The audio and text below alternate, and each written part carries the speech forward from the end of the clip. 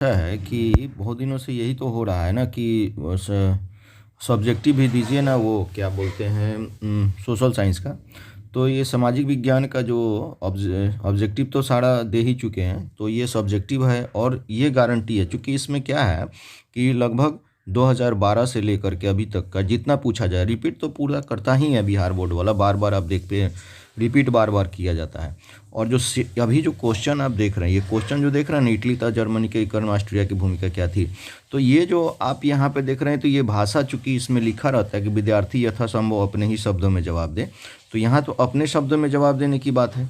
तो हम जो सेट आपको दिए हुए हैं ऑफलाइन में, जो भी जितने 400 बच्चे जो इस बार अपीयर हो रहे हैं मेरे, तो 400 बच्चे जितने भी हैं वो सभी के सभी को सेट मिल चुका है। तो इसमें आप देखेंगे कि वो सेट को देखेंगे, उसके बाद अभी जो हम क्लियर करते जाएंगे, इस भाषा को अब ध्यान में देखें। अभी मेरी भाषा को सुनिएगा तो याद हो जाएगा, अंत तक सुनेंगे बस ये रहेगा ही रहेगा। क्योंकि एक बात और बता दें कि 99% चांस, 100% तो नहीं कर पाएंगे, क्योंकि ये 100% का श्योर का मतलब ऊपर वाला तो कोई है नहीं कि 100% त्रिकालदर्शी बता दे कि ना यही पूछा ही जाएगा। लेकिन फिर भी बस एक बार देखना है इसको, तो पूरा आप देखने का चांस है नहीं, पूरा किताब पढ़ने का चांस है नहीं।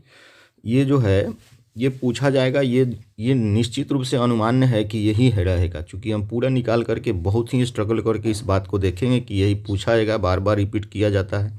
तो चलिए शुरू करते हैं। ये पहला देखें, इटली तथा जर्मनी के एकीकरण में ऑस्ट्रिया की भूमिका क्या थी। इटली तथा जर्मनी के एकीकरण में ऑस्ट्रिया की भूमिका, बस सुन रहे हैं ना आप लोग, इसको देखने की ज़रूरत नहीं है, इसको देखने की ज़रूरत नहीं है, बस ये आप मत देखिए, इसको मत देखिए, मेरी बात सुनिए। ऑफलाइन में बहुत हल्ला करते हैं आप लोग, अब तो हल्ला नहीं करेंगे ना, कमेंट करते रहेंगे बस, ठीक है ना। तो यहाँ देखेंगे यहाँ इटली और जर्मनी के एकीकरण में ऑस्ट्रिया की क्या भूमिका थी। ऑस्ट्रिया की भूमिका तो सबसे महत्वपूर्ण थी, क्योंकि वह इटली और ऑस्ट्रिया का ही जो है सबसे बड़ा, ऑस्ट्रिया ही जो था इटली और जर्मनी के एकीकरण में सबसे बड़ा बाधा था, है ना। सबसे पहले तो लिखेंगे कि इटली तथा जर्मनी के एकीकरण में ऑस्ट्रिया की भूमिका बहुत ही महत्वपूर्ण थी। और पूरा का पूरा नहीं बोलेंगे, बस थोड़ा थोड़ा बोलेंगे, बस 2-2 लाइन बोलेंगे, बाकी आपको बताए हैं डील कैसे कर लेंगे, थोड़ा सा बढ़ा लेंगे। 2 लाइन आप सुनिए और जो पढ़ाए हैं उसको आप लोग बस या सेट में या जो भी, बस एक बार उसको रिपीट देख लेंगे। अभी आप केवल सुन लीजिए, 2 लाइन आप सुनेंगे, याद हो जाएगा। प्यारे बच्चों, ये 2 लाइन सुन लीजिए और जो भी है इसको आप एक बार सुनेंगे तो याद हो जाएगा। तो सबसे पहले लिखेंगे इटली तथा जर्मनी के एकीकरण में ऑस्ट्रिया की भूमिका बहुत ही महत्वपूर्ण थी। आप फिर लिखेंगे इटली तथा जर्मनी के एकीकरण में ऑस्ट्रिया ही सबसे बड़ा बाधा था, ठीक है। और वह नहीं चाहता था कि इटली या जर्मनी का एकीकरण हो, इसीलिए तो कई भागों में उसको तोड़ कर रखा हुआ था, जर्मनी को 300 भागों में तोड़ कर रखा हुआ था, ताकि राष्ट्रवाद जन्म ही न ले, क्योंकि राष्ट्रवाद ही जो है एकता का भाग होता है। इस तरह से वह जो है महत्वपूर्ण भूमिका निभाया इटली और जर्मनी के एकीकरण में।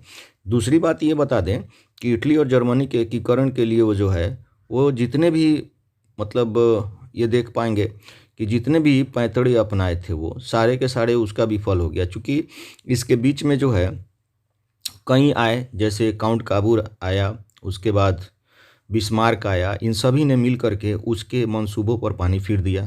तो बस 2 लाइन में बस इसको जवाब समझ लिए कि इटली और जर्मनी के एकीकरण में ऑस्ट्रिया की महत्वपूर्ण भूमिका थी। उसमें आप बताएंगे 1866 में सेडोवा का युद्ध, 1870 में सेडान का युद्ध। तो इस तरह से आप 2 या 3 लाइन दिमाग में रखेंगे कि इटली तथा जर्मनी के एकीकरण में ऑस्ट्रिया की भूमिका बहुत ही महत्वपूर्ण थी, और इटली तथा जर्मनी के एकीकरण में सबसे बड़ा बाधक जो था वो ऑस्ट्रिया था और इसका चांसलर मेटरनिख था। चलिए आगे देखेंगे। दांडी यात्रा जो है ये तो बीएम है, अब बार बार देखें दांडी यात्रा। तो दांडी यात्रा में क्या है, नमक कानून भंग किया गया था, सविनय अवज्ञा, और एक और बात, दांडी यात्रा से ही सविनय अवज्ञा आंदोलन की शुरुआत हुई। तो इसको बात सुन ली, थोड़ा सा ध्यान दीजिए। दांडी यात्रा की शुरुआत 12 मार्च 1930 को अपने 78 अनुयायियों के साथ साबरमती आश्रम से दांडी तक, है ना, जो यात्रा किया महात्मा गांधी ने, वो दांडी यात्रा कहलाता है। इसमें देखेंगे कि 12 मार्च 1930 को अपने 78 अनुयायियों को लेकर इन्होंने साबरमती आश्रम से दांडी तक, समुद्र तट, ये समुद्र तट दांडी तक जो यात्रा की वो दांडी यात्रा कहलाती है। और ये पहुंचे दांडी 6 अप्रैल 1930 को, और वहाँ समुद्र के पानी से नमक बनाकर नमक कानून को भंग किया, यहाँ पर क्लियर हो गया। और वहीं से सविनय अवज्ञा आंदोलन की शुरुआत हुई। याद हो गया पहले बच्चों? तो इसको देखेंगे, आगे देखेंगे। असहयोग आंदोलन प्रथम जन आंदोलन था। टिप्पणी करें इस पर। इसको पूरा देखने का ज़रूरत नहीं है, आप बस इतना देखिए कि असहयोग आंदोलन प्रथम जन आंदोलन था। इसकी टिप्पणी करने की इस पर बात है। तो प्रथम जन आंदोलन क्यों कहा जाता है? तो चूंकि असहयोग आंदोलन से पहले जितने भी आंदोलन हुए थे उसमें जो है जनता या जो भी मध्यम वर्ग थे या अन्य जो भी लोग थे उनका जो है उसमें समर्थन नहीं था, ये सहयोग करते नहीं थे। लेकिन असहयोग आंदोलन में उन लोगों ने बढ़ चढ़ कर बहुत ही व्यापक रूप से हिस्सा लिया था। मध्यम वर्ग हो, ग्रामीण क्षेत्र के हो या जो भी हो, सभी लोगों ने मिलकर जो है इसका समर्थन किया था और इस आंदोलन में महत्वपूर्ण भूमिका निभाया था। इसलिए जो है इसको हम लोग क्या कहते हैं? प्रथम जन आंदोलन। पहले इसका मतलब थोड़ा सा ये समझ लीजिए कि इसके पहले जितने भी आम जनता थी वो जो है वो स्वतंत्रता आंदोलन में भागीदारी अपना नहीं निभा पाती थी। लेकिन यही जो है प्रथम जन आंदोलन, इसी असहयोग आंदोलन उन्होंने शुरुआत की और जनता ने बढ़ चढ़ कर हिस्सा लिया। इसीलिए असहयोग आंदोलन को प्रथम जन आंदोलन कहते हैं। अंत तक देखेंगे, क्लियर करते जाएंगे, ये देखने का जरूरत नहीं, इसको कोई मतलब नहीं है। आप बस मेरी बात को सुनेंगे, याद हो जाएगा। अगला देखेंगे, औद्योगिकरण ने मजदूरों की आजीविका को किस तरह प्रभावित किया? बहुत बड़ा प्रभावित। ये औद्योगिकरण से ही निरोधीकरण हुआ। चूँकि उन लोगों का जो है औद्योगिकरण के कारण मजदूरों की आजीविका पर बुरा प्रभाव पड़ा। उन लोगों के पास आजीविका छीन ली गई, है ना। चूँकि औद्योगिकरण हुआ, अब मशीनों के द्वारा सभी कार्य होने लगे तो मजदूरों का काम तो रहा नहीं, इसीलिए उनकी छटनी की गई, वो लोग बेकार हो गए, है ना। उसका विरोध भी इन्होंने किया बहुत सारा। और मशीन के वजह से इन लोगों का जो है, मशीन आ गए, मशीने से तो औद्योगिकरण की शुरुआत हुई। मशीन नहीं रहता, मशीन औद्योगिकरण, उद्योग में एकीकरण। उद्योग का एकीकरण करने का मतलब ऐसा नहीं है, यानी कि औद्योगिकरण ने मजदूरों की आजीविका को काफ़ी प्रभावित किया, बहुत ही बुरा असर पड़ा उस पर। क्योंकि मशीन आ गए, बड़े बड़े मशीन आ गए, कल कारखानों के माध्यम से कार्य होने लगे, तो मजदूरों का अब काम रहा नहीं, उनकी छटनी हो गई। बस थोड़ा सा याद रखेंगे। और उनको जो है उनकी आजीविका छीन ली गई, है ना। उन लोगों को बहुत ही समस्याओं का सामना करना पड़ा। लेकिन एक बात ये हुआ, मजदूर जो है संगठित होने लगे, ये दिमाग में रखेंगे। मजदूर संगठित होने लगे, है ना, मजदूर संगठित होने लगे, संघ बनने लगा। ये सब थोड़ा थोड़ा बातें हैं जो दिमाग में रखेंगे कि औद्योगिकरण से जो है मजदूरों की आजीविका पर काफ़ी बुरा प्रभाव पड़ा। अब आप लोग इसमें बढ़ा चढ़ा कर बता सकते हैं किस तरह हुआ, जो बताए हैं इसके पहले ऑफलाइन में। चलिए अब देखेंगे गांव के कृषि जन आर्थिक क्रियाकलाप विशेषता। तो गांव में कृषि जन आर्थिक क्रियाकलाप ज़्यादा होता है ना, ये क्योंकि ये मुख्य आजीविका का साधन यही है ना। यहाँ पर बता दें 80%, बिहार में बता दें 80%, है ना। ये कृषि पर ही निर्भर करती है। अब कृषि जन्य कार्य क्या है? केवल खेती ही नहीं, जैसे पशुपालन, मुर्गी पालन, मत्स्य पालन, ये सब जो है कृषि के अंतर्गत आएंगे। लघु और कुटीर उद्योग, ये सब देखें, शिल्प कला, ये सब संलग्न रहते हैं। यही तो कृषि जन्य गाँव की आर्थिक क्रियाकलाप है ना। ये बहुत ही महत्वपूर्ण है, इसको देख लेंगे। और इसी कृषि जन्य कार्य करके जो है गांव के लोग जो है क्रियाकलाप ये करके जो है अपना भरण पोषण करते हैं, आवश्यकताओं की पूर्ति करते हैं। अब आया लोकतांत्रिक से एक क्वेश्चन बार बार पूछा जाता है, आतंकवाद लोकतंत्र के लिए चुनौती है कैसे? बीएम क्वेश्चन है। ये आतंकवाद जो है लोकतंत्र के समक्ष बहुत बड़ी चुनौती है, क्योंकि इसमें क्या जनता को जो है परेशान किया जाता है। आप तो जानते हैं कि अप्रत्यक्ष चुनाव होता है हमारे यहाँ। आतंकवाद लोकतंत्र को सही नहीं रहता है। उसके लिए क्या होता है, जैसे नक्सलवादी लोग होता है, अलगाववादी होता है, इनकी गतिविधियाँ होती है, प्रजातंत्र के लिए गंभीर चुनौती बनी हुई है। ये लोग चुनाव को भी प्रभावित करते हैं, है ना। तो इसलिए राष्ट्र की एकता और अखंडता खतरे में पड़ जाती है। तो हम कह सकते हैं जो है कि आतंकवाद जो है ये काट देते हैं इसको। ये बहुत बड़ी चुनौती है आतंकवाद। जो देखेंगे आतंकवाद को समाप्त करना बहुत ही आवश्यक है, नहीं तो ये लोकतंत्र जो है हमारा खतरे में रहेगा ही हरदम। ये बहुत बड़ी चुनौती है। ये अप्रत्यक्ष चुनाव से लेकर के सरकार बनाने तक, ये जो है ये क्लियर कर लेंगे, सरकार बनाने तक जो है यह बहुत ही महत्वपूर्ण भूमिका निभाता है और उसको जो है प्रभावित करता है। हमारे सभी मतलब लोकतंत्र को समझ लो बुरी तरह प्रभावित करता है, लोकतंत्र को कमज़ोर कर देता है ये। अब चलिए ये आ गया फसल चक्रण मृदा संरक्षण में किस प्रकार सहायक है। बहुत ही इंपॉर्टेंट क्वेश्चन है फसल चक्रण। तो फसल चक्रण का मतलब होता है कि एक ही खेत में माने भिन्न भिन्न मतलब अदल बदल कर फसलों की बुआई करना। एक ही खेत में, जैसे इस साल जो है खाद फसल अब किए, तो चूंकि खाद फसल के बाद क्या होता है कि ज़मीन का जो उर्वरा शक्ति होती है तो फसलों के द्वारा सोख ली जाती है, उसका जो है पोषक तत्व जो है अधिक मात्रा में जो है ग्रहण कर लेता है वो फसल। तो इसके लिए हमें क्या करना है, बीच बीच में दलहन और तिलहन की खेती की जाएगी, ताकि उससे नाइट्रोजन और प्रोटीन का जो है भूमि में जो समाप्त हो जाता है, जो ग्रहण कर लिया जाता है खाद्य फसलों से, उसका क्या होता है वो भरपाई कर देता है। तो ये जो है फसल चक्रण जो है इस प्रकार से, तो फसल चक्रण कहेंगे कि एक ही खेत में फसलों को अदल बदल कर जो खेती की जाती है वो फसल चक्रण कहलाती है। जैसे आप इसमें एग्जाम्पल में डालेंगे कि खाद्य फसलों के बीच बीच में दलहन और तिलहन की खेती की जाती है। अब तो रहा ये बात, तो अब मृदा संरक्षण में, तो मृदा संरक्षण कैसे होता है, खाद्य फसल क्या होता है, जो पोषक तत्वों को वो उसके द्वारा ले लिया जाता है, ग्रहण कर लिया जाता है, तो उसको क्या किया जाता है, दलहन और तिलहन यानी फसल चक्रण के माध्यम से उसकी पूर्ति कर दी जाती है। तो इस तरह से मृदा संरक्षण में ये काफ़ी ही आवश्यक है ना। फसल चक्रण होगा तो मृदा संरक्षण होगा, यानी मृदा का बचाव होगा। अब देखेंगे, चलिए थोड़ा थोड़ा आप ध्यान रखेंगे। भारत की नदियों में प्रदूषण के कारण बताइए, भारत की नदियों में प्रदूषण कारण, तो 2 कारण डाल दीजिए। ऐसे तो कारण बहुत सारा है, जैसे औद्योगिक अपशिष्ट नदियों को गिराया जाना है, मतलब कल कारखानों द्वारा जो गंदे जल होते हैं वगैरह, ये सारे चीज़ जो है उसी में गिरा दिए जाते हैं। दूसरा, शहर का जितना भी मल होता है, कचरा होता है, सब नदियों में बहा दिया जाता है। एक और कारण बहुत ही महत्वपूर्ण है, नदियों में ही जो है पशुओं को नहलाया जाता है, चमड़ा धोया जाता है, अवांछनीय तत्व ले जाकर फेंकता है लोग, बहुत सारा कारण है, ठीक है ना।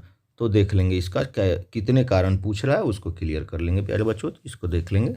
अब देखते रहेंगे, बस शांति से सुनते रहेंगे, एकदम आसानी से कान में ईयरफोन लगा लीजिए। अगर कोई डिस्टर्ब हो रहा है तो कोई और बच्चे हैं, इसको शेयर करते रहेंगे। इसका जो है आप ध्यान देंगे, इसमें का 80% भी क्लियर कर लेते हैं तो आपका 100% जो है श्योर हो जाता है। अब है वन जीव के ह्रास के 4 प्रमुख कारण, है ना, ये 4 हैं, 4 प्रमुख कारण। वन का ह्रास जो हो रहा है तो इसमें प्रमुख कारक है, जैसे वन क्षेत्र की कृषि में बदलना, जितने भी वन की कटाई हो रही है। अब बताइए, जब कटाई होगा तो ये बताइए वन जीव रहेंगे कहाँ, वन जीव रहेंगे कहाँ, तो उनका जो आवास है वो समाप्त होते जा रहा है। तो उनका जो है ये नहीं, जो आवास है वो जो ख़त्म हो जाएगा तो वो लोग रहेंगे कहाँ। तो पहला वन क्षेत्र की कृषि भूमि में तब्दील, लोग काट कर खेती कर रहे हैं या बड़े बड़े मॉल या घर बना ले रहे हैं। तो इस तरह से बहुत सारे शहरीकरण बस रहे हैं या जो भी हो रहे हैं, वनों की कटाई हो रही है, तो उनका जो है आवास छीन रहा है, तो वो लोग धीरे धीरे धीरे समाप्त हो रहे हैं। दूसरी बात है कि लोग जो है क्या करते हैं, बहुत ही बड़ा मांसाहारी भोजन ज़्यादा कर रहे हैं ना, और उन पर चाव से खाते हैं मांसाहार, है ना। तो इस तरह से भी एक और कारण है मांसाहारी। दूसरा एक कारण बता दें इसको, दूसरा कारण क्या है कि लोग जो है शिकार करते हैं। अब शिकार, वो कहावत सुने हैं ना कि चिड़िया का जान जाए और बच्चे का खिलौना हो जाता है, वही बात है। तो ये 3 4 5 कारण है, शिकार हो गया, मांसाहारी भोजन हो गया, वनों की कटाई हो गया, प्रदूषण हो गया, ये सारे जो है ये कारक हो जाते हैं वन्य जीवों के ह्रास के। वन्य जीव समाप्त हो रहे हैं धीरे धीरे इन सब चीज़ों से। चलिए अब आगे अगला क्वेश्चन देखेंगे, बाढ़ के नियंत्रण। तो बाढ़ के नियंत्रण के लिए तो कौन कौन से उपाय कर सकते हैं। सबसे पहले तो तटबंध का निर्माण करेंगे, मोटा जो है। उसके बाद बांध बनाकर नदी के पानी का नियंत्रण कर लेंगे, बीच में बांध बना देंगे, देखें ना हीराकुंड बांध वगैरह। वृक्षारोपण करना चाहिए, वृक्षारोपण बहुत ज़रूरी है बाढ़ नियंत्रण के लिए, है ना, क्योंकि उससे जो है मिट्टी का कटाव नहीं होता है। और मकान जो हम लोग क्या ऊंचे स्थान बनाना चाहिए, ऑब्जेक्टिव में पूछता है ना, मकान ऊंचे स्थान बनाना चाहिए। उसके बाद जो देखेंगे, बाढ़ प्रभावित ग्राम पंचायत के बहुमंजिला भवन बनाना चाहिए, जहां बाढ़ राहत सामग्री रखी जा सकती है। कहीं कहीं गाँव में भी देखेंगे कि बाढ़ आश्रय, उसको बोलते हैं बाढ़ आश्रय, बाढ़ आश्रय, वो बिल्डिंग जो बना होता है बाढ़ आश्रय होता है ना। तो वहाँ पे ऐसा हर गांव में बना देना चाहिए जहाँ पर बाढ़ प्रभावित है ना, बाढ़ से प्रभावित है उस जगहों पर ये सारा चीज़ करना चाहिए। चलिए अब जो है एक आपदा प्रबंधन से आपको एक क्वेश्चन यहाँ पर है कि भूकंप और सुनामी के बीच अंतर, भूकंप और सुनामी के बीच अंतर। तो पहला अंतर है कि स्थल पे पृथ्वी के स्थल पर, इसको मत देखें ना, ये दोनों प्राकृतिक आपदा है। हालांकि दोनों प्राकृतिक आपदा है, लेकिन स्थल पे जो होता है, जब पृथ्वी के आंतरिक गतिविधि से जो कंपन होता है वो भूकंप कहलाता है। और समुद्र में जो कंपन होता है, समुद्र के आंतरिक गतिविधि से जो कंपन होता है वो सुनामी कहलाता है। इस तरह से आप, ये सुनामी कहाँ आता है, सागर और महासागर में, और भूकंप कहाँ आता है, ये जो है ये भूकंप पृथ्वी पर आता है। तो ये अलग अलग अंतर स्पष्ट करना है, 2-3 आप बातें जो है इसमें डाल सकते हैं। अब पूरा का पूरा देखने का जरूरत नहीं, बस इतना सुन लीजिए। चलिए, अब आता है आकस्मिक प्रबंधन में स्थानीय प्रशासन की भूमिका क्या है। तो आकस्मिक प्रबंधन में स्थानीय प्रशासन की भूमिका प्यारे बच्चों बहुत ही महत्वपूर्ण है। क्योंकि मान लीजिए आकस्मिक प्रबंधन यानी कि अचानक से अगर आपदा आती है तो आप उस समय जिला से या राज्य से तो आपको मदद मिलने से रहा, तुरंत से नहीं मिल पाएगा। तो ये जो स्थानीय लोग होते हैं, स्थानीय प्रशासन होता है, वही ना पहले पहुंचेगा, कि पहले जो है केंद्र से या राज्य से कोई पहुंच जाएगा वहां पर। तो इसलिए स्थानीय प्रशासन है वो लोग जल्दी पहुंचते हैं और इस तरह से जो है अपना जो है महत्वपूर्ण भूमिका निभाते हैं। उन लोगों के पास प्राथमिक उपचार, राहत शिविर का निर्माण करना, डॉक्टर, एम्बुलेंस, अग्निशामक ये आदि चीज़ की व्यवस्था अति शीघ्र हो जाती है जो आसपास में है। या जनप्रतिनिधियों की भूमिका देखी जा सकती है।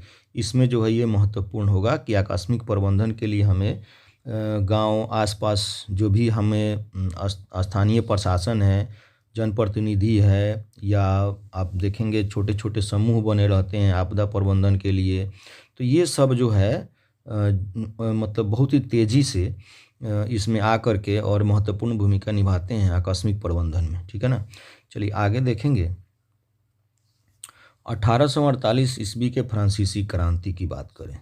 1848, ठीक, 1848 की क्रांति यदि आपको याद है बच्चों तो 1830 की क्रांति ऑटोमेटिक याद हो जाएगा। इसमें कुछ नहीं है, क्योंकि सेम बात इसमें भी लिखना है, सेम बात इसमें लिखना है। बस इसमें क्या करना है, चार्ल्स दशम होगा, है ना, इसमें ये चार्ल्स दशम होगा, ठीक है ना, चार्ल्स दशम होगा। और इसने क्या किया, चार्ल्स दशम ने पोलेगनिक को प्रधानमंत्री बनाया, और इसमें क्या किया, लुई फिलिप ने गीजो को प्रधानमंत्री बनाया। दो बात याद रखना है। 1830 में क्या किया, चार्ल्स दशम ने क्या किया, चार्ल्स दशम ने पोलेगनिक को प्रधानमंत्री बनाया। और चार्ल्स दशम जितना निरंकुश शासक था, सेम टू सेम वही लिखेंगे कि चार्ल्स दशम निरंकुश शासक था ही, और गीजो भी जो पोलेगनिक जो है भी सेम वैसा ही था, राजा जैसा, प्रधानमंत्री वैसा। इस तरह उसने क्या किया,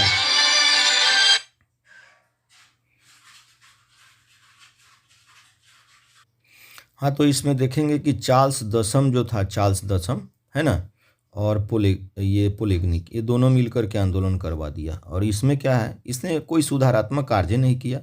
अब जब जनता मिल करके चार्ल्स दशम को ये बात बोली तो चार्ल्स दशम जनता का बात न माना और 4 अध्यादेश और लागू कर दिया। इस तरह लोगों में जो है ये बहुत ही असंतुष्ट, क्षोभ की भावना जागृत हुई, और ये 1830 की क्रांति के रूप में सामने आया। इस तरह से वहाँ से क्रांति हुई है, चार्ल्स दशम को वहाँ से भागना पड़ा, वो इंग्लैंड चला गया। ये हो 1830 क्रांति। ठीक उसी समय जब चार्ल्स दशम वहाँ से चला गया, अब आ गया 1848 क्रांति। तो उस समय लुई फिलिप को वहाँ का राजा, उदारवादियों ने क्या किया, लुई फिलिप को राजा बनाया। चार्ल्स दशम भागा 1830 की क्रांति के कारण, ठीक है ना। चार्ल्स दशम भागा, पोलेगनिक प्रधानमंत्री बनते ही वहाँ का सारा जो है ये आंदोलन हुआ। अब जब यहाँ से चार्ल्स दशम भाग गया, 1830 की क्रांति हुई, तब अब क्या हुआ, अब वहाँ का उदारवादियों ने क्या किया, लुई फिलिप को वहाँ का राजा बना दिया। अब लुई फिलिप ने जो कुछ दिन तक तो ठीक ठाक काम किया, लेकिन फिर वही जो है चार्ल्स दशम के नक्शे कदम पर चलने लगा, और उसने क्या किया, गीजो को प्रधानमंत्री बनाया। गीजो को जब प्रधानमंत्री बनाया तो वो भी लगा वही काम करने, जिस तरह चार्ल्स दशम और पोलेगनिक कर रहा था, सेम टू सेम ये दोनों मिल करके काम करने लगे। तो फिर से लोगों ने क्या किया, सभी लोगों ने मिलकर प्रदर्शन किया, और एक जो क्रांति हुई 1848 की क्रांति हुई, और इसमें भी जो है लुई फिलिप वहाँ से भागा, इंग्लैंड चला गया, और इस तरह से 1848 की क्रांति हुई। अब और 1848 तक क्या हुआ, मेटरनिख युग का अंत हो गया। चलिए आगे देखेंगे। खूनी रविवार की बात करें तो खूनी रविवार जो है, चूँकि 1904-5 के रूसी जापानी युद्ध के पराजय के बाद क्या हुआ, प्रतिष्ठा बहुत चला गया रूस की ना। जापान छोटे से मतलब एक छोटे से राष्ट्र से हार गया रूस। अब लोगों के पास एक बात और बता दें, ये जो है ये जो देख रहे हैं 9 जून 1905, ये जूलियन कैलेंडर के अनुसार की बात है ना। तो सभी लोग जो है जार निकोलस द्वितीय से काफ़ी त्रस्त हो गए थे और सभी लोगों ने मिलकर रोटी दो का नारा लगाते हुए सेंट पीटर्सबर्ग जा रहे थे। कहाँ पे? सेंट पीटर्सबर्ग, जार निकोलस द्वितीय के महल की ओर। अब इसी बीच क्या हुआ, बस इतना लिखेंगे कि सभी लोग रोटी दो का नारा लगाते हुए सेंट पीटर्सबर्ग जार निकोलस द्वितीय के महल की ओर जा रहे थे। इसी बीच जार के सैनिकों ने उन निहत्थे लोगों पर अंधाधुंध गोलियां चला दी, है ना, और जिसमें हजारों लोगों की जो है जान चली गई। चूँकि वह दिन रविवार का था, इसलिए इसे खूनी रविवार या लाल रविवार के नाम से जानते हैं। ये 1904-5 की बात है, लेकिन 9 जून 1905 की बात है जूलियन कैलेंडर के अनुसार। और तो ये कैलेंडर उस समय हमारे यहाँ वहाँ का जो है थोड़ा सा चेंजिंग है, इसलिए ये लिखा गया है, बस उतना ध्यान रखेंगे। ज़्यादा इसमें अगर सन ईस्वी न भी लिखेंगे तो ऐसा पूरा बात लिखना होगा, ठीक है ना। अब आते हैं हिंद चीन के फ्रांसीसी प्रसार का वर्णन करें। तो हिंद चीन इंडो चाइना से लिया गया है। हिंद चीन में 17वीं शताब्दी में फ्रांसीसी व्यापारिक बनकर के आए थे और यहाँ पर धन प्रचार भी किया, और 18वीं शताब्दी के उत्तरार्ध तक जो है ये पूरा सक्रिय हो गए। और धीरे धीरे क्या हुआ, हिंद चीन में जब फ्रांस आया तो 1787 में जो है कोचिन चीन पर जो है पहले अपना जो है प्रभुत्व कायम किया, और धीरे धीरे अन्नाम को भी अपने कब्जे में ले लिया। और 1863 में क्या किया, कंबोडिया में जो है फ्रांस का संरक्षित राज्य बन गया।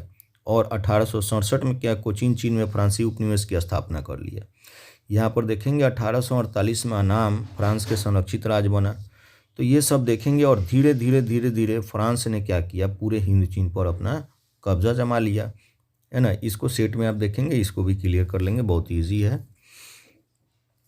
आगे देखेंगे न्यूनतम मजदूरी कानून कब पारित हुआ, इसके उद्देश्य क्या थे। तो न्यूनतम मजदूरी कानून आप याद रखें 1948 में पारित हुआ। दूसरी बात है कि इसका जो उद्देश्य यह था कि मजदूरों को इतनी वेतन मिलनी चाहिए जितना कि वह वर्तमान में अपना भरण पोषण कर सके, और उससे कुछ ज़्यादा मिले ताकि भविष्य में वह बचत कर सके, थोड़ा सा बचा कर रख सके भविष्य के लिए, और अपनी कार्यकुशलता बनाए रखे। ये हो गया न्यूनतम मजदूरी। प्रति व्यक्ति आय, है ना, प्रति व्यक्ति आय। तो प्रति व्यक्ति आय किसे कहते हैं? प्रति व्यक्ति आय किसी देश के नागरिकों को औसत आय है। क्योंकि हम लोग क्या करते हैं, राष्ट्र की आय को हम लोग क्या करते हैं, जनसंख्या से भागा देते हैं, और जो आता है वही ना प्रति व्यक्ति आय है। तो ये तो औसत आय हुआ ना। तो लिखेंगे प्रति व्यक्ति आय किसी देश के नागरिकों की जो है औसत आय है। इसको कुल राष्ट्रीय आय में कुल जनसंख्या से भाग देने पर जो भागफल आता है वही प्रति व्यक्ति आय कहलाता है। अब आता है वस्तु विनिमय प्रणाली की बात करें। तो वस्तु से वस्तु का लेन देन जो होता है वही वस्तु विनिमय प्रणाली होता है ना।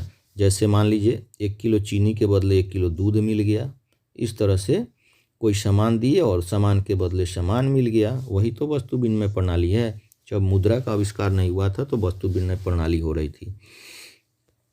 अगला देखेंगे, ये बहुत ही इम्पोर्टेंट है, ये जो है दीर्घ उत्तरीय में पूछा जाएगा। आप इसको 100 शब्दों में, 80 से 100 शब्दों में लिखेंगे। 100 शब्दों में आप बढ़ा भी सकते हैं 150 शब्दों तक, क्योंकि यहाँ लिखेंगे व्यावसायिक बैंकों के प्रमुख कार्य कौन से हैं। इस बार पूछा जाएगा व्यावसायिक बैंक के प्रमुख कार्य। तो पॉइंट याद रखेंगे बच्चों, जमा धन स्वीकार करना। तो जमा धन में कौन कौन टाइप का स्वीकार करता है, जैसे मान लीजिए कि चालू खाता है ना, आपका जो है फिक्स डिपॉजिट है, वो सब चीज़ वो स्वीकार करता है ना। बहुत सारे प्रकार का अस्थाई जमा, चालू जमा, संचयी जमा, आवर्ती जमा, विभिन्न प्रकार का जमा धन स्वीकार करता है। ये पूरा लिखने का नहीं है, बस आप देखेंगे जमा धन स्वीकार करना है, पॉइंट बना लेंगे, इसको अंडरलाइन कर लेंगे, और यहाँ से लिखेंगे कि व्यावसायिक बैंक विभिन्न प्रकार के जमा धन को स्वीकार करता है, जैसे अस्थाई जमा, चालू जमा, संचयी जमा, आवर्ती जमा, और इस पर वह ब्याज भी देता है ना। एक निश्चित अवधि के लिए ये सब जमा करता है, बस हो गया। अब दूसरा पॉइंट में कर्ज देना, तो लिखेंगे सेम टू सेम, व्यावसायिक बैंक विभिन्न प्रकार से अपने ग्राहकों को कर्ज देता है ना। जैसे जैसे अल्पकालीन हो गया, दीर्घकालीन कर्ज देता है, व्यवसाय के लिए धन की आवश्यकता होती है ना, तो कर्ज ले लेता है ना लोग। एजेंसी संबंधी कार्य करना, ये पॉइंट बस याद रखेंगे। पहला पॉइंट जमा धन स्वीकार करना, दूसरा है कर्ज देना, तीसरा एजेंसी संबंधी। एजेंसी संबंधी कार्य क्या है कि व्यवसाय, अच्छा ये लिख के उसके बाद सेम लिख देंगे। जैसे कर्ज देना तो लिखेंगे व्यावसायिक बैंक अपने ग्राहकों को विभिन्न प्रकार से कर्ज देता है। दूसरा अब उसमें जैसे में डाल देंगे। एजेंसी संबंधी कार्य की बात करें तो एजेंसी संबंधी कार्य की बात करें तो लिखेंगे कि व्यावसायिक बैंक जो है, जैसे लिख रहे हैं व्यावसायिक बैंक एजेंसी संबंधी कार्य करता है। तो कौन कौन से कार्य करता है? प्रतिभूतियों, अंश पत्रों, क्रय विक्रय, ये सब कार्य जो करते हैं, जैसे हम लोग ड्राफ्ट है, हुंडी है, वगैरह वगैरह, बहुत सारी कार्य होते हैं एजेंसी संबंधी। यहाँ से पैसा वहाँ भेजते हैं, ये सब उसी के कार्य है ना। अब अगला पॉइंट देंगे समान उपयोगिता संबंधी कार्य। तो इसमें बहुत सारे फिर लिखेंगे वही बात कि व्यावसायिक बैंक समान उपयोगिता संबंधी कार्य भी करता है। कई प्रकार के अन्य कार्य करते हैं, जैसे समान उपयोगिता संबंधी आप बिल जमा करते हैं तो वहाँ ले आकर जमा कर सकते हैं, बहुत सारे कार्य होते हैं। तो पॉइंट याद करेंगे तो ये दीर्घोत्तरीय आपका क्लियर हो जाएगा। आगे देखेंगे, उसके पहले जो हम बताए थे कि वन जीव के ह्रास के उत्तरदायी 4 कारक जो बताए हैं, तो यहाँ देखें वन जीव का शिकार पॉइंट हो गया। अपने आर्थिक लाभ के लिए हम लोग क्या करते हैं? वन जीव का शिकार करते हैं, उनकी हड्डी, उनका खाल, उनकी दांत वगैरह वगैरह हम लोग बेच देते हैं और शिकार करते हैं। अगला देखेंगे प्राकृतिक आवास का ह्रास हो रहा है, हम वनों की कटाई करते हैं, नगरीकरण शहरीकरण बस रहा है, सड़क निकल रहे हैं, बहुत सारे ऐसे कार्य हो रहे हैं जिससे हम लोग क्या कर रहे हैं? वनों की कटाई करते हैं। तो वनों की कटाई करते हैं तो रहते कहाँ पर वन्य जीव? वन में ही, तो उनका आवास खत्म हो जा रहा है ना। इस तरह धीरे धीरे वन्य जीव समाप्त होते जा रहे हैं। प्रदूषण की समस्या, जैसे प्रदूषण बहुत ज़्यादा हो रहा है तो धीरे धीरे वन्य जीव समाप्त हो, अम्लीय वर्षा, ये पराबैंगनी किरणें, अन्य जीवों से ये सब चीज़ जो है काफ़ी उनको बुरा प्रभावित करता है, ये सब प्रदूषण की समस्या। कभी कभी क्या होता है, वनों में आग लग जाता है जिससे क्या करते हैं, वन्य जीव जो है समाप्त हो जाते हैं। चलिए अब देखेंगे आगे, झारखंड के प्रमुख लौह अयस्क खनन केंद्र कौन कौन सा? नाम होगा नौमंडी, गुआ, बगिया बुरु, जामदा, गुरुमहिसानी। ये जो खनन केंद्र की नाम, खनन केंद्र का ये खनन केंद्र है। आपसे वो नहीं पूछा था मुख्य लौह अयस्क वाला जो है क्षेत्र, वहाँ नहीं पूछा, खनन केंद्र की बात कर रहे हैं। तो ये जो है लौह अयस्क, कभी कभी पूछ देता है कोयला, कोयला जहाँ ज़्यादा झारखंड में कोयला जो है कहाँ कहाँ किस जिलों में, तो वो जो है आपको उसको देख लेना है। ये तो आपको लौह अयस्क की बात है, इसको रहने दी जाए। अब आता है विश्व बाजार। तो विश्व बाजार वैसे अंतर्राष्ट्रीय बाजार, ये विश्व बाजार क्या है? मतलब एक ही जगह पर विश्व के कई देशों का जो है, जो विभिन्न देशों के व्यापारी अपना खरीद बिक्री करते हैं, वो विश्व बाजार कहलाता है। विश्व बाजार का अर्थ है वैसे अंतर्राष्ट्रीय व्यापार से जहां विश्व के विभिन्न देशों के व्यापारी सामानों की खरीद बिक्री करते हैं, वो विश्व बाजार कहलाते हैं। ये जो है औद्योगिक क्रांति ने विश्व बाजार को बहुत ही बढ़ा दिया था। विश्व बाजार का स्वरूप औद्योगिक क्रांति के बाद ही में बढ़ा, बस इतना ध्यान रखेंगे। अब आता है पांडुलिपि क्या है, इसकी क्या उपयोगिता है? तो पांडुलिपि क्या है? पांडुलिपि हाथ से, मतलब हाथ से हस्तलिपि है ना। कागज पर हाथ से सुंदर अक्षरों में लिखकर पुस्तकें तैयार की जाती है, इन्हें पांडुलिपि कहते हैं। छापखाना के आविष्कार के पहले की बात करते हैं, है ना। तो उस समय क्या होता था, भोजपत्र, एक पत्र जैसे कागज जैसा ही होता है, तो उस पर हाथ से, है ना, कागज पर बहुत ही सुंदर अक्षरों में लिखकर पुस्तकें तैयार की जाती थी, उन्हें पांडुलिपि कहा जाता है। क्लियर हो गया, हस्तलिपि हाथ से लिखा हुआ। और इसको क्या किया जाता था, उसको जो है उसमें सुंदर रंगीन चित्र से सुसज्जित कर दिया जाता था, उसमें जिल्द लगा दिया जाता था। हालांकि यह जो है बहुत ही नाजुक होता था, इसके क्षतिग्रस्त होने की बहुत ही ज़्यादा संभावना होती थी और ये बहुत महंगा पड़ता था।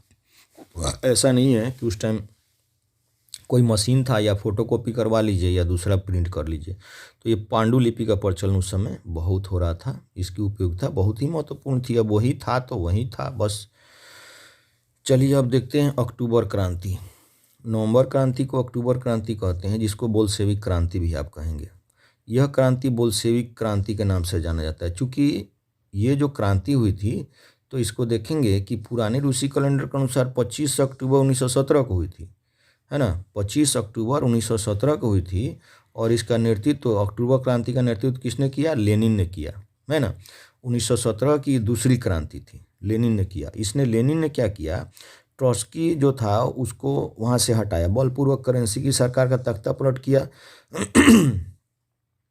करेंसी की सरकार का तख्ता पलट कर दिया और इस तरह से पूरी सत्ता जो है लेनिन के हाथ में आ गई थी, है ना। ये वहाँ से नवनिर्माण कार्य आरंभ किया था। अक्टूबर क्रांति लेनिन के नेतृत्व में किया गया ये बहुत ही बड़ा क्रांति था, जिसमें केरेंस्की की सरकार का तख्ता पलट, रातों रात तख्ता पलट करके अपना जो है सत्ता कायम किया था। और इसमें बोल्शेविकों ने बहुत महत्वपूर्ण भूमिका निभाई थी, इसलिए इसे बोल्शेविक क्रांति भी हम लोग कहते हैं। हाँ, तो देखते रहेंगे। आप तो पढ़ नहीं रहे हैं, क्या पता सुबह में आप लोग जगते होंगे कि नहीं जगते होंगे। इतना कहकर भेजे थे कि अब टाइम नहीं है, तो चलिए उतना नहीं है तो कान में ईयरफोन लगा करके कम से कम लेट जाइए और आराम से इस चीज़ को सुनते रहेंगे, आपका क्लियर हो जाएगा। थोड़ा थोड़ा बात जो है बस डील कर रहे हैं उसको आप देखेंगे, और जो आपको सेट दिए हुए हैं उसको देखेंगे, बुक देखेंगे, जहाँ से आपको जो मिल रहा है वो देखेंगे। लेकिन इस चीज़ को बस एक बार लास्ट तक सुनेंगे, आपका क्लियर हो जाएगा। चलिए, सविनय अवज्ञा आंदोलन का परिणाम बता दीजिए। तो परिणाम में ये बहुत सारा परिणाम जो आप देख पा रहे हैं जो बताए थे, लेकिन इसमें से 4-5 परिणाम मुख्य रूप से है। तो पहला होगा कि जन आंदोलन का विस्तार हुआ, है ना। इसमें समाज के सभी वर्गों ने भाग लिया था सविनय अवज्ञा आंदोलन में, तो समझिए कि जन आंदोलन का विस्तार हुआ। इसमें पहली बार महिलाएं भी आंदोलन में शरीक हुई। अगला है कि आर्थिक बहिष्कार की ब्रिटिश हितों में क्षति हुई, आर्थिक बहिष्कार हुआ। सरकार पहली बार कांग्रेस से समझौता करने पर विवश हुई, मतलब सामान्य नेता के आधार पर समझौता करने के लिए तैयार हुई थी। वो ब्रिटिश सरकार झुक गई थी कि चलो अब जो है हम लोग समझौता कर लें, है ना। पहली बार ऐसा हुआ था। उसके बाद जो है भारत में संवैधानिक सुधारों की प्रक्रिया में तेजी आई। ये जो है 5 जो आप देखेंगे ये काम जो है परिणाम उसका हुआ, सविनय आंदोलन का परिणाम हुआ। आगे देखेंगे इसका जो है, चलिए ये बोलते हैं आर्थिक आधारभूत संरचना। तो आधारिक संरचना, आधारभूत ढांचा या आर्थिक संरचना, इसको देखेंगे। तो ये जो है सीधे सीधे हम बताए थे कि आर्थिक संरचना किसे कहते हैं, जिस पर देश का विकास टिका होता है, वो आधारिक संरचना, आधारभूत ढांचा कहते हैं, है ना। और जिस राष्ट्र की आर्थिक संरचना जितना सुदृढ़ होगी वह देश उतना ही विकसित होगा। जैसे यातायात, संचार, सड़क, बिजली, बैंकिंग, ये जितना सुदृढ़ होगा उतना ही जो है वह देश विकसित होगा। तो ये आधारिक संरचना कहे जाते हैं। चलिए, अब ये एक बीएम है, यहाँ पर देखेंगे 2 बार पूछा जा चुका है। वैश्वीकरण के बिहार पर पड़े प्रभाव। तो वैश्वीकरण से बिहार पर प्रभाव जो है कुछ सकारात्मक कुछ नकारात्मक दोनों पड़ा। तो वैश्वीकरण से यानी कि विश्व का एकीकरण हुआ, तो विश्व के, अब देखो बाजार में विदेशी कंपनियों द्वारा निर्यात बहुत सारे मोटर गाड़ी, सेल फोन, इलेक्ट्रॉनिक उत्पाद, जूता वगैरह बहुत सारा चीज़ आने लगा। तो इस तरह से यहाँ लोग पर्यटक भी आने लगे, तो बढ़ोतरी हुई। 2005 में बिहार आने वाले विदेशी पर्यटकों की संख्या लगभग 63,000 थी, जो 2018 में 7.7 लाख हो गई। पर्यटक आने लगे, आकर्षण का केंद्र बन गया।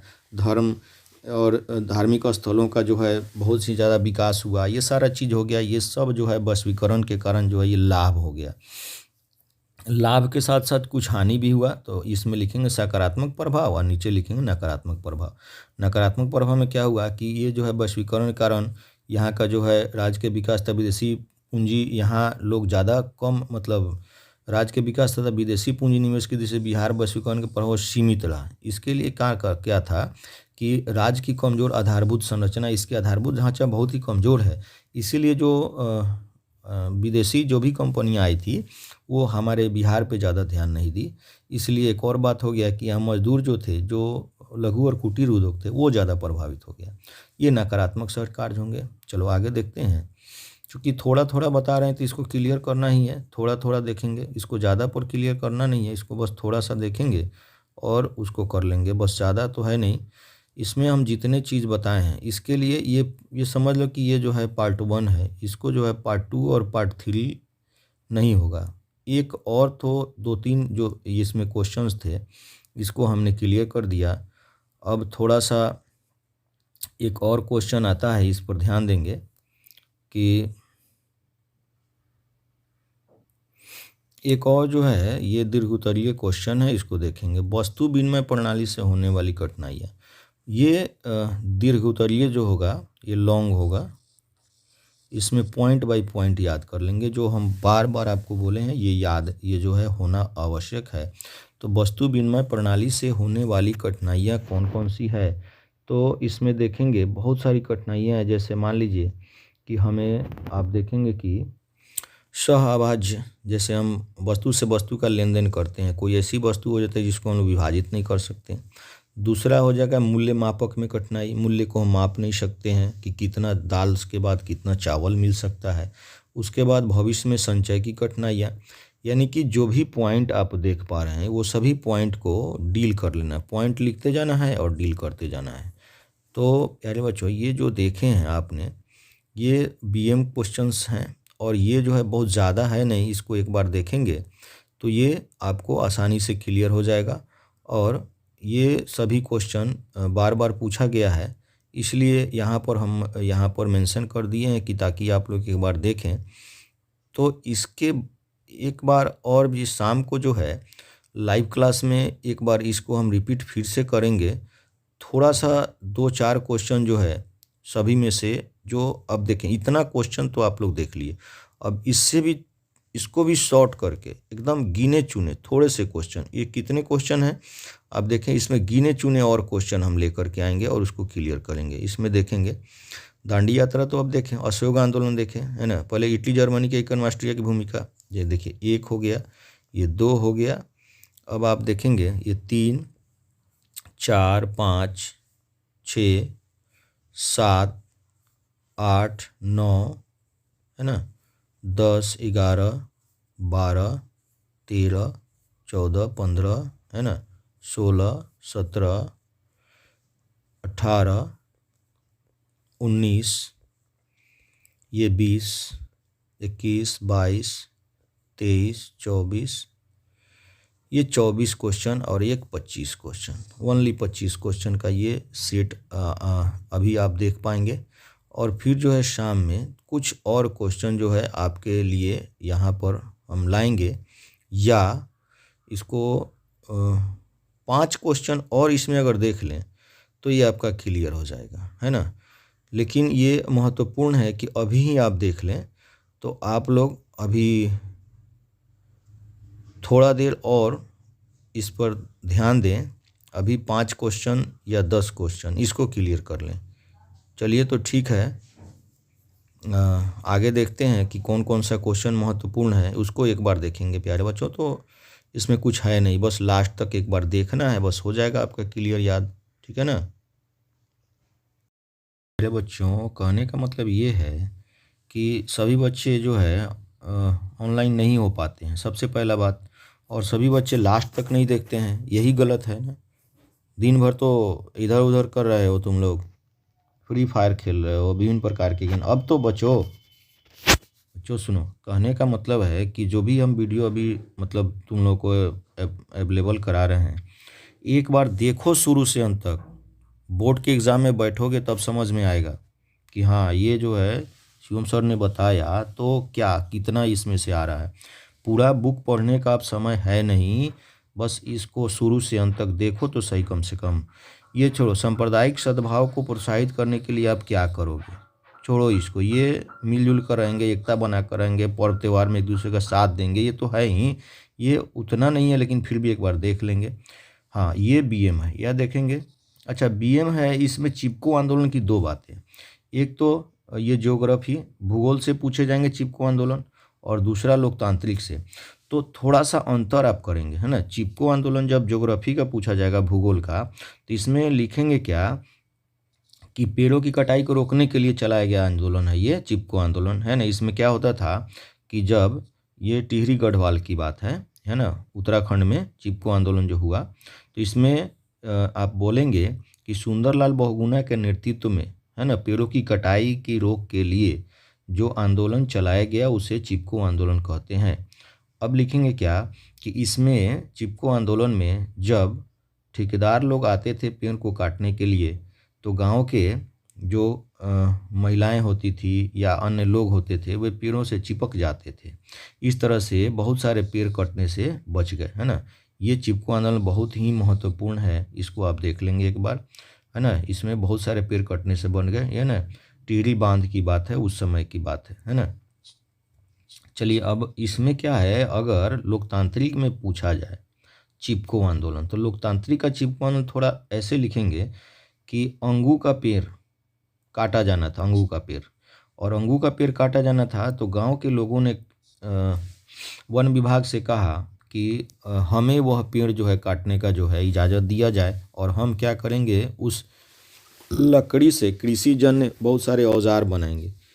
लेकिन उन लोगों ने क्या किया, उस पेड़ को काटने का जो है ठेका खेल सामग्री बनाने वाले कंपनी के साथ बेच दिया। अब इस तरह से लोगों के बीच क्रोध हुआ, और इन लोगों ने क्या किया, ये चिपको आंदोलन की शुरुआत की। उसमें चिपको आंदोलन और मद्य निषेध की बात करें, शराब भी लोग पीता था तो उसके लिए भी महिलाओं ने बढ़ चढ़ कर हिस्सा लिया। तो ये अंगू का पेड़ काटने के लिए जो है उसमें हुआ था। तो ये लोकतांत्रिक का अलग है, और ये ज्योग्राफी का थोड़ा सा अलग चेंज करेंगे।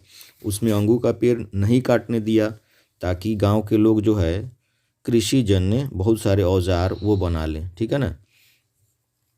तो ये चिपको आंदोलन हो गया। अगला देखेंगे भारतीय लोकतंत्र की 4 समस्या। लोकतंत्र में समस्या सबसे पहले देखेंगे शिक्षा का अभाव है ना। शिक्षा का अभाव होने के कारण कर्तव्य के प्रति लोग सचेत नहीं है। दूसरा, सामाजिक समानता की जगह धर्म जाति के आधार पर जो है लोग वोटिंग करता है। भारत की जनता मतदान के महत्व को नहीं समझती है, लोग नहीं दुरुपयोग कर देता है। और भारत में आर्थिक समानता का अभाव है, आर्थिक समानता के अभाव में राजनीतिक स्वतंत्रता बेकार हो जाती है। ये जो है 4 ये जो है समस्याएं हैं। ये तो बहुत ही बीएम है, बार बार पूछा जाता है। राजनीतिक दल के जो है प्रमुख कार्य, तो यहाँ प्रमुख कार्य ये भी कहा है कि राजनीतिक दल को लोकतंत्र का प्राण कहा जाता है ना। इसमें लिखेंगे क्या, मेरे तरफ से एक लाइन जोड़ दीजिएगा कि जिस तरह शरीर को चलाने के लिए बैकबोन की आवश्यकता होती है, रीढ़ की हड्डी की, वैसे ही लोकतंत्र, ये राजनीतिक दल जो है लोकतंत्र को चलाने में महत्वपूर्ण भूमिका निभाता है। कहने का मतलब शरीर को चलाने के जिस तरह से रीढ़ की हड्डी होती है ना, वैसे ही लोकतंत्र के लिए राजनीतिक दलों की इतना महत्वपूर्ण जो है ज़रूरत होती है। इनका कार्य क्या है, तो जनता को शिक्षित करना, जनमत का निर्माण करना, निर्वाचन में भाग लेना, जनता और सरकार के बीच कड़ी का काम करना। विरोधी दल के रूप में भी ये कार्य करते हैं। तो जनता को शिक्षित करेंगे तभी तो जो है बढ़ चढ़ कर हिस्सा लेगी, है ना। दूसरा, जनमत का निर्माण करेंगे ताकि वह एकता बना करके इनको वोटिंग करेगी और एक ठोस जनमत का निर्माण करेगी, इनको सरकार तक पहुंचाएगी। उसके बाद निर्वाचन में भाग लेते हैं, अपने उम्मीदवार को खड़ा करते हैं और निर्वाचन में भाग लेते हैं और जीत करके सरकार बनाते हैं। उगला आता है जनता और सरकार के बीच का काम करना। ये जो है राजनीतिक दल क्या करते हैं, आपको कोई समस्या है तो डायरेक्ट तो सरकार के पास नहीं जाएंगे ना, तो सरकार और जनता के बीच ये कड़ी का काम करता है। दूसरी बात है, वो जीते या न जीते, विरोधी दल के रूप में भी वो सरकार में अपना जो है योगदान नियंत्रण करते हैं। यानी इसमें जो है एक आता है दबाव समूह। दबाव समूह का भी एक कार्य कर, दबाव समूह क्या है, दबाव समूह भी एक महत्वपूर्ण क्वेश्चन पूछा जाएगा। दबाव समूह क्या है, तो दबाव समूह क्या है कि सरकार पर ये लगाम रखते हैं। विपक्षी ऐसे पार्टी जो होते हैं उनका कुछ समूह होता है जो सरकार के उचित अनुचित दोनों कार्य में वो जो है उन पर दबाव बनाकर अपना मन माफिक काम करवा लेते हैं। वैसे लोगों को ये दबाव समूह, इसे समूह को दबाव समूह कहा जाता है, ठीक है ना। आगे देखेंगे रॉलेट एक्ट। रॉलेट एक्ट में एक ट्रिक बताए थे, न वकील न अपील और न दलील। रॉलेट एक काला कानून था, 1919 में लगाया गया था। इसमें लोगों को जब गिरफ्तारी हो जाती थी तो इस पर जो है मुकदमा चलाया जाता था और एक विशेष अदालत लगाकर इनको दंडित किया जाता था, जिन्हें न वकील रखने का जो है प्रावधान था, न ये उनके खिलाफ आगे अपील कर सकते थे, न अपने फेवर में अपने समर्थन में कोई दलील दे सकते थे। वेरी गुड ना, ये तो आपको क्लियर से जानकारी है रॉलेट एक्ट। अगर देखेंगे बिहार के किसान आंदोलन, तो बिहार के किसान आंदोलन सबसे बड़े चंपारण सत्याग्रह आंदोलन की बात करें तो तीनकठिया प्रणाली की जो है तीनकठिया प्रणाली की बात करेंगे। तीनकठिया प्रणाली समाप्त करने के लिए जो है यहाँ पर नील की खेती करवाई जाती थी जबरदस्ती, है ना। तो ये इन लोगों ने महत्वपूर्ण भूमिका निभाया। सबसे पहले यहाँ पर राजकुमार शुक्ल क्या हुआ, महात्मा गांधी को बुला कर लाए, तीन-कठिया प्रणाली को समाप्त करवाया।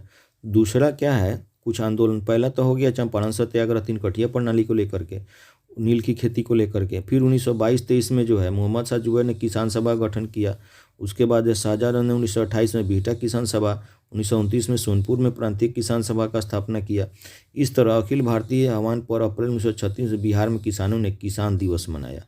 और इस तरह से देखेंगे आगे ये जितने भी आंदोलन हुए थे उसी के बारे में थोड़ा सा डील कर देना है। सबसे महत्वपूर्ण चंपारण सत्याग्रह आंदोलन, तीन-कठिया प्रणाली। अच्छा, बिहार के किसान आंदोलन और एक अलग से पूछेगा चंपारण सत्याग्रह आंदोलन, तो उसमें भी तीन-कठिया प्रणाली को आप लोग यूज करेंगे। तीन-कठिया प्रणाली तीन-कठिया प्रणाली में क्या होता है, जमीन का 3/20 भाग में नील की खेती है ना बलपूर्वक करवाया जाता था ब्रिटिशियन अंग्रेजों के द्वारा। तो ये तीन-कठिया प्रणाली के रूप में जाना जाता है और इसी के लिए चंपारण सत्याग्रह आंदोलन हुआ। आगे चलिए, राजनीतिक दल को लोकतंत्र का प्राण क्यों कहा जाता है। जो ऊपर देखे हैं ना वो क्वेश्चन, ये वाला ये क्वेश्चन आप देखे हैं ना, राजनीतिक दल के प्रमुख कार्य, तो जो बताए हैं लोकतंत्र का प्राण कहा जाता है, क्यों कहा जाता है, इसके बारे में आप देख लेंगे।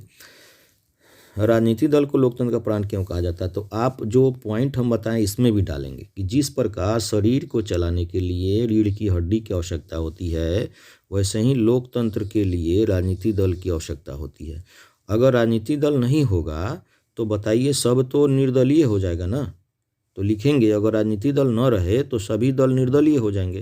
राजनीतिक दल चुनाव में भाग लेते हैं, उम्मीदवार खड़ा करते हैं, चुनाव जीतते हैं, सरकार का निर्माण करते हैं, उसमें बहुत सारे कार्य राजनीतिक कार्य जैसे गैर राजनीतिक दल कहते बाढ़, सुखाड़, भूकंप आदि प्राकृतिक आपदाओं में सहयोग प्रदान करना, बहुत सारे ऐसे कार्य करते हैं राजनीतिक दल। इसलिए जो है राजनीतिक दल को लोकतंत्र का प्राण कहा जाता है। अब आता है परिवारवाद, जातिवाद। परिवारवाद मतलब क्या हो गया कि बिहार की राजनीति परिवारवाद, जातिवाद बहुत ज़्यादा जो है ये अपना पैर पसार ली है। आप देखेंगे यहाँ पर क्या होता है, कोई भी ऊंचे पोस्ट पर बैठा हुआ है। परिवारवाद क्या है कि कोई भी व्यक्ति जो है जो ऊंचे पोस्ट पर है वो चाहता है कि मेरे नहीं रहने के बाद, सत्ता में जब नहीं रहें तो मेरे ही घर का कोई, परिवार का कोई सदस्य जो है उस पोस्ट पर बैठे, वहीं प्रत्याशी चुना जाए। इस तरह से ये परिवारवाद होता है। दूसरी बात है यहाँ जो है ये जाति आधारित लोग जो है यहाँ चुनाव का जो है ये मेला लगा रहता है।